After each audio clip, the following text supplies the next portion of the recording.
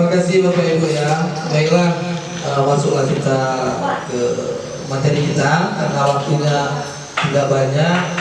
Jadi tadi Bapak minta sebentar aja Pak, nggak usah lama-lama. Jadi sebelumnya saya sampaikan inti daripada BIMTEK kemarin adalah nanti kita mendapat bantuan dari kementerian berupa smartboard, yang dimana smartboard itu adalah perangkat digital seperti handphone, sama dengan handphone ya, bisa kita manfaatkan dalam pembelajaran begitu. Jadi untuk tahapan itu setelah nanti barangnya sampai, baru nanti saya imbaskan kembali bagaimana cara menggunanya. Nah, jadi setiap sekolah itu mendapatkan smartboard satu sekolah. Nah, jadi Bapak Ibu, pertanyaannya kok cuma satu gitu kan, sedangkan kita banyak. Nah, jadi kebetulan yang disampaikan cuma dapat satu, jadi nanti kita memakainya dijadwalkan memakainya, misalnya guru biologi atau sejarah yang lainnya, nanti kita jadwalkan untuk menggunakan smartboard tadi. Nah, sama sekolah lain juga seperti itu. Jadi kita tunggu saja dulu sampai smartboardnya sudah sampai sekolah kita, baru nanti saya imbaskan bagaimana caranya menggunakannya. Nah, jelasnya enaklah digunakan kalau untuk dalam pembelajaran, kami sudah coba kemarin itu. Intinya itu, dan membuat laporan segala macam di sana, dan embel-embelnya di bawahnya seperti ini. Yang di depan kita Bapak Ibu ada pemanfaatan ruang murid dalam digitalisasi. Nah, ini sangat berguna sekali bagi Bapak Ibu guru dan siswa kita. Dan harapannya setelah nanti saya jelaskan sebenarnya rumah pendidikan baru ruang murid ya. Inilah nanti yang kita sampaikan, Bapak Ibu menyampaikan ke siswa, coba buka ruang murid, karena di ruang murid banyak di situ setiap mata pelajaran ada labnya, juga ada video edukasi dan segala macam. Nah, jadi itulah nanti juga tolong juga Bapak Ibu mengimbaskan ke siswa-siswi kita. Jadi mereka nanti bisa belajar di rumah atau lagi santai-santai. Dan satu lagi perlu Bapak ingatkan ke siswa kita, untuk masuk ke ruang murid tidak perlu pakai akun resmi, harus pakai akun ID belajar, tidak. Jadi pakai email biasa saja kita sudah bisa akses. Tidak ada kita harus daftar dulu, tidak. Kita langsung buat nanti di Google ruang murid, kita buka ya, nanti kita pilih. Ada beberapa poin menu yang bisa kita pilih gitu, atau nanti kita praktekkan. Nah, jadi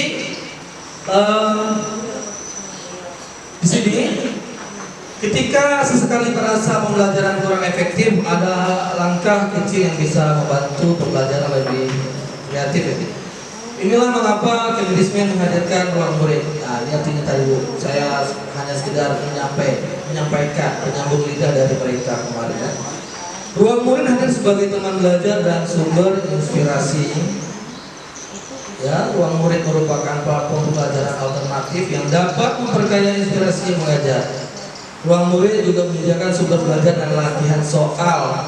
Diharapkan bisa membantu ibu dan bapak guru dalam menemukan materi belajar yang lebih kreatif. Ada lagi Bapak Ibu, saya lupa sampaikan. Jika nanti Bapak Ibu menemukan mata pelajaran Bapak Ibu, oh kenapa belum lengkap?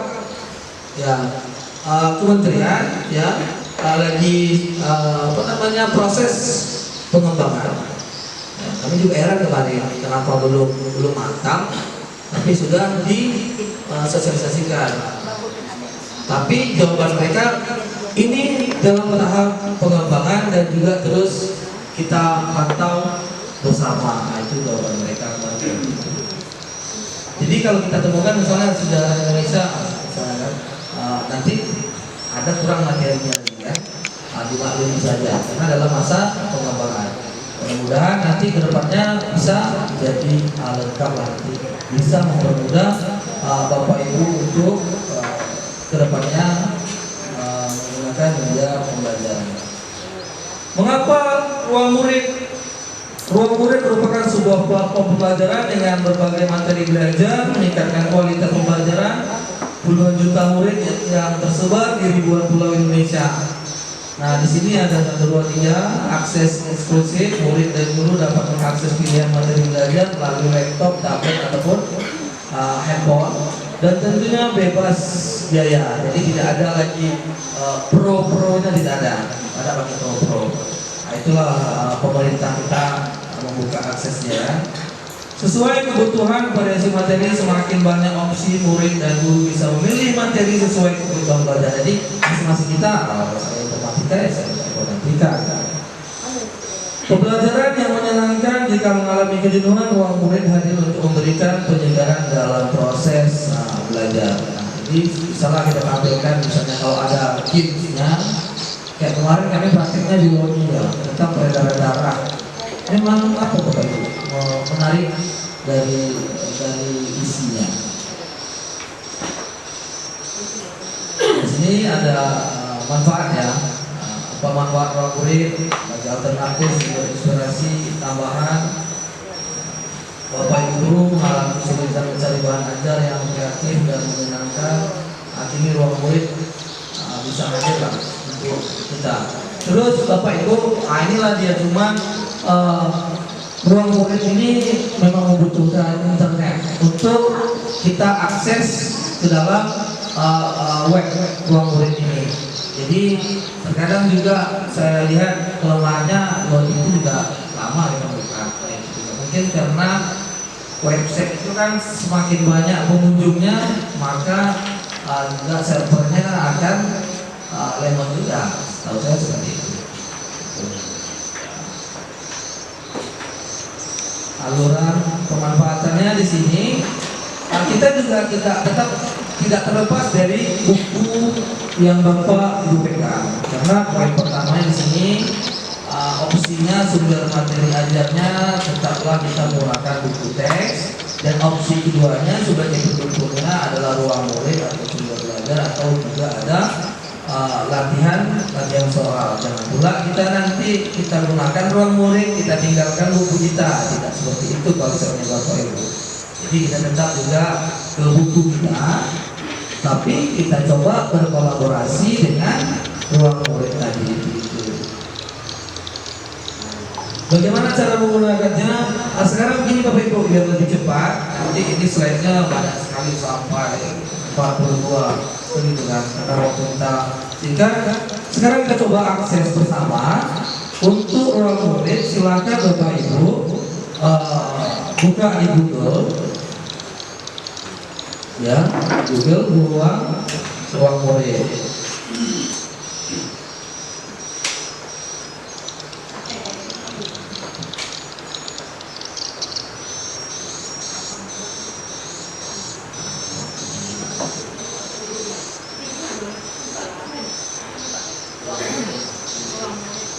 Iya, namanya ruang murid. Nah, jadi rumah pendidikan ya, rumah pendidikan, silakan http ya, rumahpendidikan.co.id. Nah, jadi ini Bu, Bapak Ibu, tampilan yang pertamanya ada sumber belajar yang beragam dan inspiratif untuk murid Indonesia ya. Nah, di sini memang ada apa ya, masuk ya, tapi tidak terfokus di sini, tetapi kita lebih ke di sini Bu, Bapak Ibu, ada beberapa nih, 10 ya. 10 ada sumber belajar, buku bacaan digital, kebiasaan anak Indonesia hebat, album lagu dan yang lainnya. Nah, jadi Bapak Ibu, inilah nanti yang kita sampaikan ke anak-anak juga bisa nanti belajar di rumah. Kita juga sebagai guru harus juga, karena teknologi ini, perkembangan ini, kita kan mau tidak mau Bapak Ibu ya, mau harus seperti itu, mau tidak mau kita harus mengikuti. Jangan pula nanti kita tertinggal dengan siswa kita, lebih tahu lagi nanti siswa kita nanti nggak enak pula deh misalkan. Jadi perlu juga di rumah kita lagi santai-santai kita buka untuk video web ini. Begitu. Nah di sini kita coba buka dulu. Saya nanti kasih contoh hanya sumber belajar ya. Yang lainnya nanti Bapak Ibu coba-cobalah nanti di rumah. Gitu. Nah di sini saya buka untuk sumber belajar. Nah di sumber belajar di sini kita bisa pilih ya. Di sini kita pilih ada game edukasi, ada lab maya, ada video interaktif, gitu. Nah, jadi di sini cobalah misalnya kita pakailah dulu lab maya, gitu kan. Nah, setelah kita pilih, bisa berpilih ya. Kita pilihlah dulu sama-sama untuk lab maya dulu ya. Nah, di sini lab mayanya untuk semua mata pelajar. Kalau lab ini kan kita identiknya dengan biologi, fisika gitu ya. Nah, jadi kita coba dulu seperti kami juga dapat kemarin prakteknya biologi. Di sini juga saya imbaskan mengenai biologi. Dan Bapak Ibu saya lupa di bagian atas ada kelasnya ya Bapak Ibu ya. Bapak Ibu tinggal pilih PAUD, SD, SMP, SMA. Kalau SMA-nya kita mengajarnya di kelas berapa kita mengajar, itulah yang kita pilih. Misalnya di sini katakanlah dulu kelas 12 misalnya. Ya. Jangan lupa mulai dieksplorasi ya Bapak Ibu ya. Ada pilihannya eksplorasi. Kita coba eksplorasikan. Artinya kita sudah memilih kelas, baru kita pilih lab mayanya gitu. Baru lab maya untuk semua mata pelajaran kita terfokus dengan satu pelajaran biologi ya. Misalnya di sini ada pilihannya ada 4 ya, ada mekanisme peredaran darah manusia dan yang lainnya. Nah di sini kita coba pilih ya mekanisme peredaran darah manusia. Nah di sini Bu, saya lihat kelemahannya loadingnya agak lama. Jadi kita butuh bersabarlah sedikit untuk menunggu gitu. Saya sudah usul juga dengan Bapak Kepsek kita ya, bagaimana bisa mengadakan internet Starlink kita di sekolah ini agar semuanya bisa mengakses internet dengan kecepatan yang bagus. Nah, ini dia sudah tampil ya, boleh kita besarkan tampilannya. Nah, di sini mekanisme peredaran darahnya bisa tombol mulainya kita klik boleh. Hidup ya, hidup ya Bapak Ibu ya. Coba dulu, hidupkan. Mekanisme peredaran darah pada manusia. Hai teman-teman, bagaimana kabarnya? Pada kesempatan ini, kita akan mempelajari mengenai mekanisme peredaran darah pada manusia. Setelah mempelajari materi ini, kamu dapat menjelaskan mekanisme peredaran darah pada manusia dengan tepat. Sudah siap belajar? Ayo kita mulai. Oke Bapak Ibu, nah jadi begini, juga ada musiknya ya. Musik latarnya ada ya. Nah, di sini tombol yang di sini bisa kita gunakan misalnya peredaran darah 1. Saat bilik jantung menguncup, darah yang mengandung banyak oksigen dipompa dari bilik kiri ke seluruh tubuh melalui aorta. Yang kedua, saat serambi jantung kanan mengembang, jantung menerima darah yang mengandung banyak karbon dioksida dari seluruh tubuh melalui vena cava. Saat bilik kanan jantung mengembang, darah yang mengandung banyak karbon dioksida mengalir dari serambi kanan melalui katut tifus pidalus. Saat bilik jantung menguncup, darah yang mengandung banyak karbon dioksida dipompa dari bilik kanan ke paru-paru melalui arteri pulmonalis. Saat serambi jantung kiri mengembang, jantung menerima darah yang mengandung banyak oksigen dari paru-paru melalui vena pulmonalis. Saat bilik kiri jantung mengembang, darah yang mengandung banyak oksigen mengalir dari serambi kiri melalui katut tifus epididalis. Darah yang mengandung banyak oksigen ini akan dipompa kembali ke seluruh tubuh. Sudah paham kan mengenai mekanisme peredaran darah pada manusia? Sistem peredaran darah manusia disebut peredaran darah ganda. Karena dalam satu kali peredaran, darah melalui jantung sebanyak 2 kali. Sebagai peredaran darah ganda, peredaran darah manusia dapat dibedakan menjadi peredaran darah besar dan peredaran darah kecil. Pada peredaran darah besar, darah mengalir dari jantung ke seluruh tubuh, lalu kembali ke jantung. Pada peredaran darah kecil, darah mengalir dari jantung ke paru-paru, lalu kembali ke jantung. Oke, kita kembalikan ke ini ya, ke bom. Tidak boleh kita keluar dulu. Nah, jadi begitu Bapak Ibu.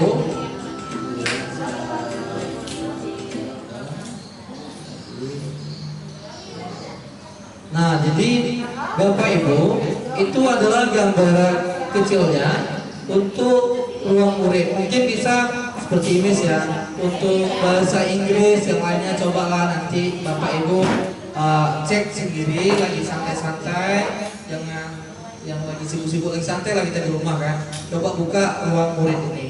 Jadi bisa nanti kita pelajari. Sepertinya kita agak berlomba-lomba juga dengan siswa kita jadinya kan. Karena kita harus lebih tahu juga daripada siswa kita, begitu.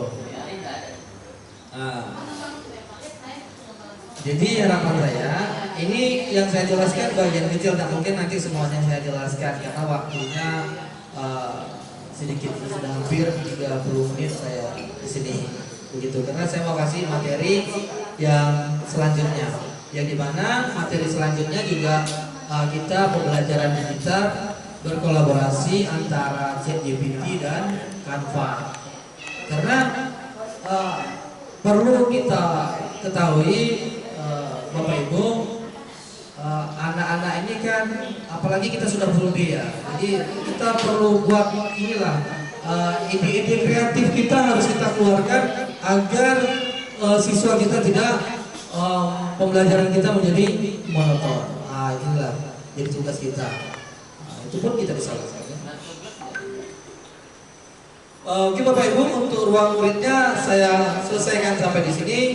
Kita lanjut untuk udah makan Bapak Ibu ya. Jangan makan dulu nanti, soalnya kita ini. Saya mau kasih explain sekali lagi. Ini yang kedua ya. Oke, silakan Bapak Ibu berdiri.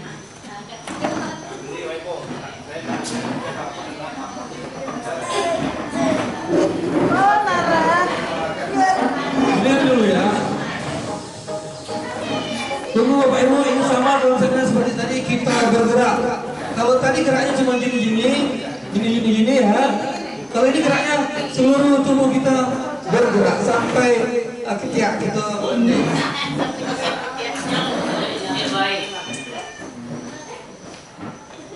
Oke Bapak Ibu, kita mulai ya.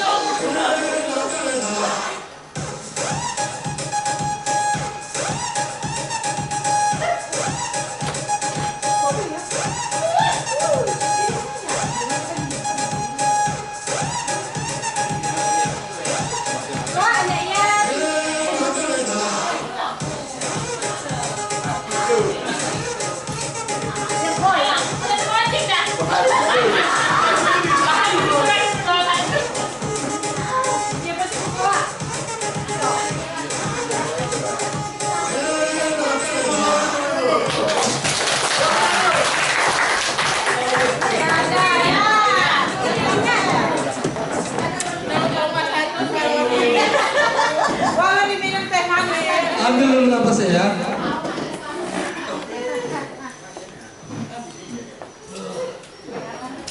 Napas dulu Bapak Ibu, sedang napas.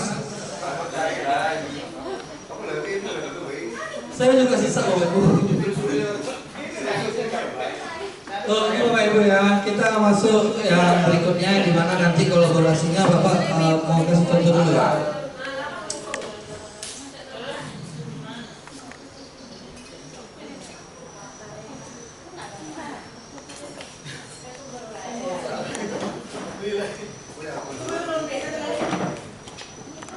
Saya ada buat ini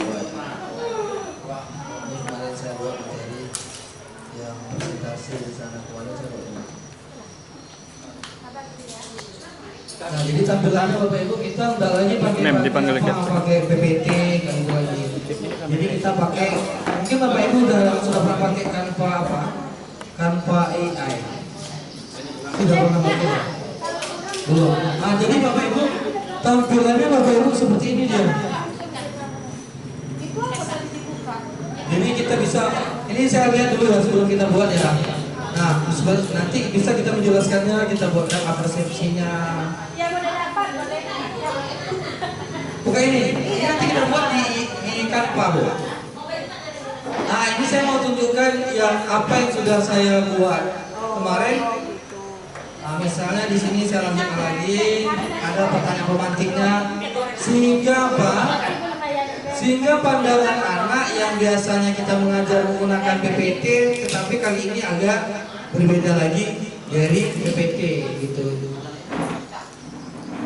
Konsepnya sama seperti kita mengajar biasa, cuman tampilannya kita buat lebih menarik lagi. Gitu.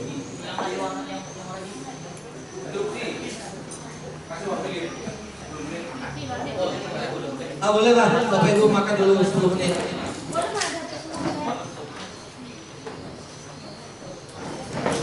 Bapak Ibu yang sudah ada konsumsi, boleh yang belum sambil tunggu.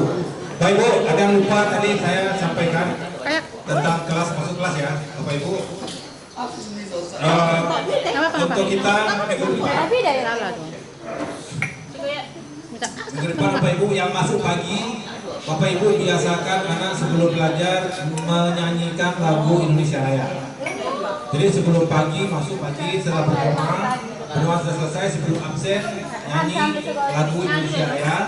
Kemudian Bapak Ibu yang sore mau pulang sore, pilih lagu nasional apa saja. Lagu syukur, lagu konekti, lagu apa saja. Ya. Jadi mohon ini sama-sama kita. Nanti Bapak Ibu tinggal lihat di YouTube saja. Jadi anak bisa bernyanyi. Bapak Ibu, jadi yang pagi itu wajib kita laksanakan untuk hari Senin sampai hari Jumat saja. Ya, Senin sampai hari Kamis saja. Jumat dosa. Ya. Nah, jadi untuk Indonesia Raya ini tujuannya adalah supaya nanti anak-anak kita ini terbiasa bernyanyi Indonesia Raya yang baik dan benar. Ketukan 4/4. Jadi jadi bukan keroncong. Kelas 10 kalau ditambahkannya lagi di ujungnya pakai diterbitkan oleh pakai itu segala macam boleh. Jadi Bapak Ibu pasti diberikan modul pembelajaran sesuai dengan harapan kita. Begitu.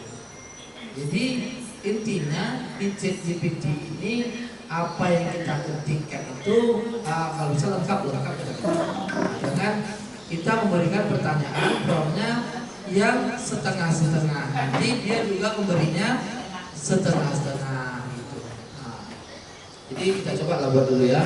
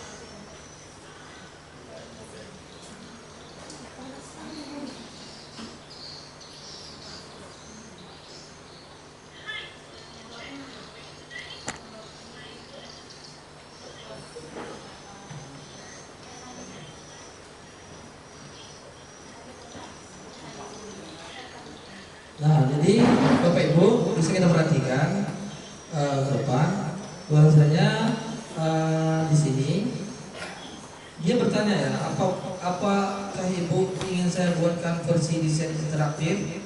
Ya, kalau misalnya tidak muncul yang seperti ini, Bapak Ibu boleh ketikkan juga, tapi gantilah ini dengan nama Ibu ya. Saya Sandara Esko, guru komputer, pelajaran informatika, multimedia interaktif berbasis materi yang sebelumnya sudah saya buat dalam bentuk modul pembelajaran serta game. Untuk itu saya bantu susun prompt lengkap yang bisa Bapak gunakan di platform pembuatan multimedia interaktif seperti Canva, inilah segala macam.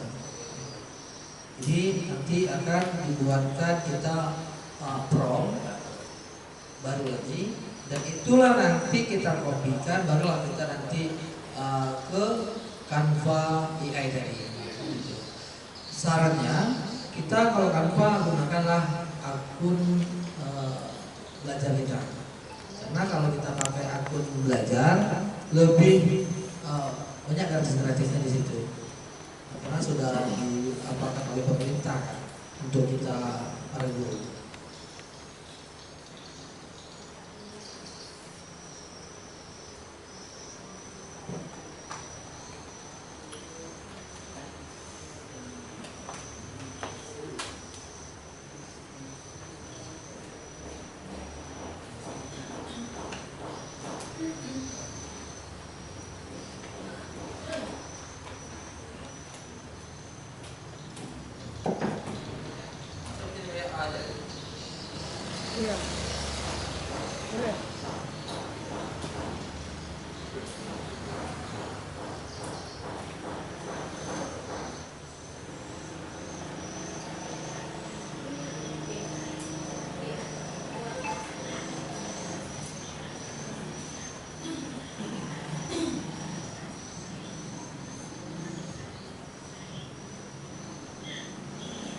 Sudah saya kirim di grup ya, tinggal Bapak Ibu copy terus diedit, dipastikan dia di ChatGPT-nya, edit lah ganti namanya.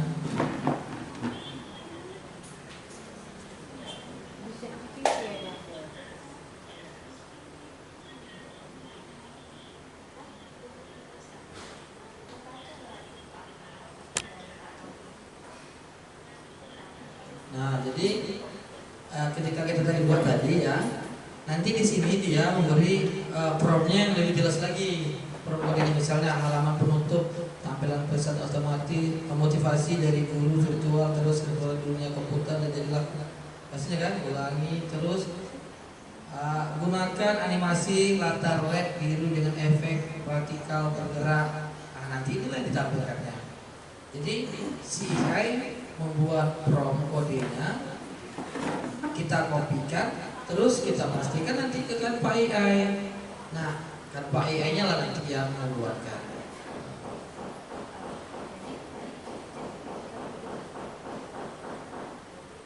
Sudah Bapak Ibu?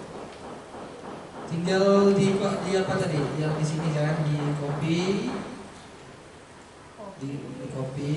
terus Bapak Ibu pastikan di ChatGPT. Baik, Bu Saudara. Ganti nama tujuh.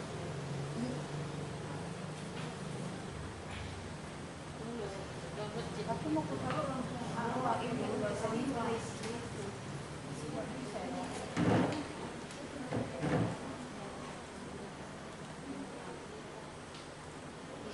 Oh, mereka punya narator lagi ya.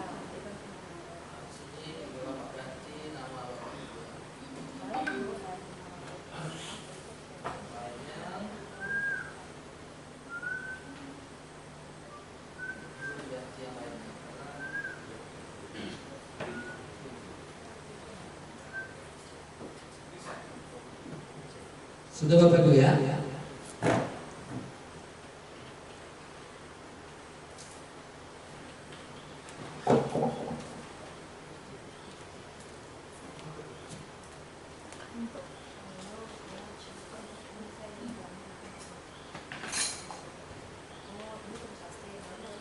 Kalau sudah Bapak Ibu boleh di copy dulu ya dari prompt ini ya.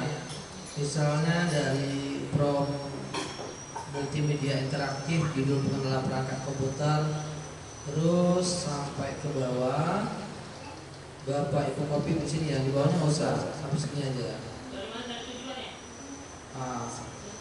Dari tampilan pertama.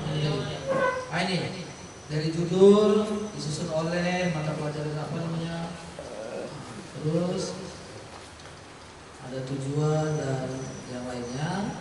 Inilah yang kita copy. Setelah di copy ataupun disalin, Bapak Ibu nanti coba buka Canva yang biasa kita gunakan. Nah, ini tadi tinggal di copy. Ya, salin. Biasanya kalau di handphone salin ya. Kalau di komputernya dia copy. Ini yang di copy.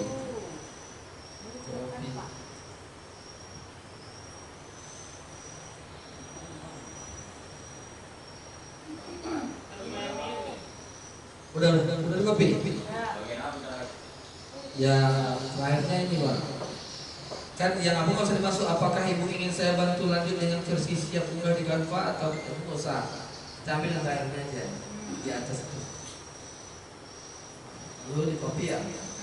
Setelah di copy, Bapak Ibu buka Canva. Nah, disinilah nanti di Canva itu kan ada pilihannya, ada desain ada template, ada AI Canva.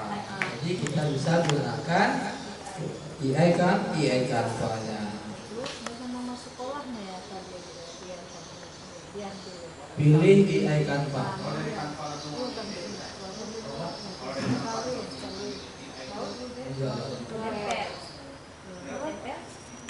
Ya, kita ChatGPT-nya lah Pak yang nanti membuat prompt belajar kita menarik dari mana. Dia yang buat kan, kita tinggal copy aja Pak. Ya. Nah, setelah itu sudah dipilih AI Canva, nanti ada pilihan, ada desain, ada gambar, ada Adobe. Nah, di sini kita pilih ada namanya kode. Kita pilih kode. Nah, setelah kita pilih kode, ada di sana kode untuk saya. Nah, di kode untuk saya ini sudah kita pilih ya. Ya, tinggal kita pastikan ya. Ya. Oke. Udahlah mata. Anaknya kok jangan copet. Coba dulu buka. Pilih dia Canva AI. Nah, sudah dipilihkan Pak AI. Nah, nanti di sini ada pilihannya kan, ada desain, ada gambar, ada doc, ada kode. Kita pilih yang kode. Nah, kalau sudah pilih kode, tinggal Bapak Ibu tempelkan di situ atau dipastikan.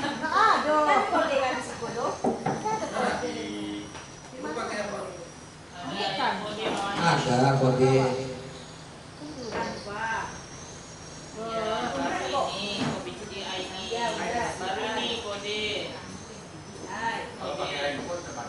Terbatas di